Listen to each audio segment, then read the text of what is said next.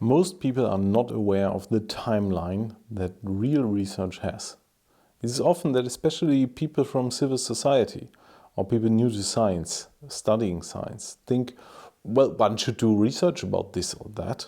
And there's often this question, why don't you like come here and do some research and like these types of things.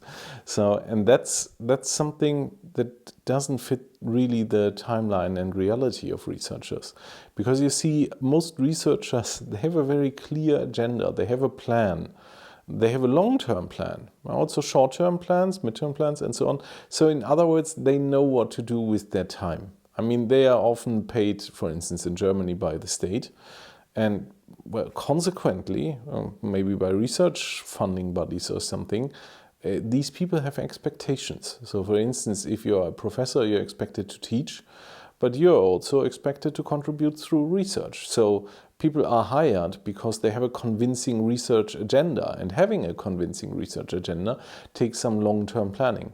But even if you take the timeline of a paid research project, so say you want to do some research, what you first need is you need funding. Because you see, most people that are hired on permanent positions, they are indeed quite busy. So it's not that technically they are doing all the research. They do some research, but they have people working for them and they do the research.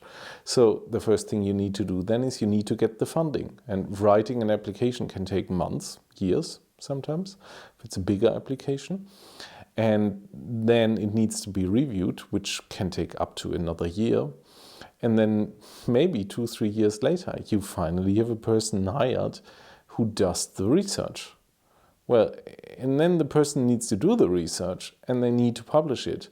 So, and this ups the timeline of any good idea that you have.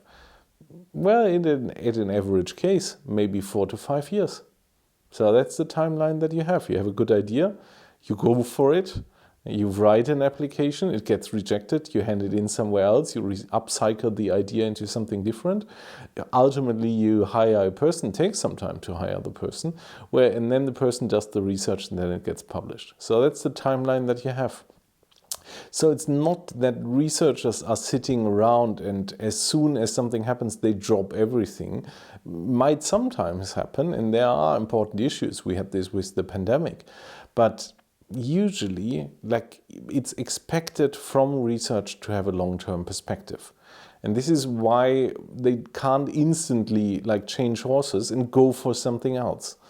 Yet the problems that we now face in civil society, the problems that we face as a planet, as humankind, they often expect us to go for it. And that's a challenge that we have, the research reality that is expected still from the system, from researchers, and the reality we face on a changing planet and changing societies. So that's a conundrum that we haven't solved yet. But it's important to notice that it's not selfishness, it's not laziness that doesn't make researchers instantly go for things.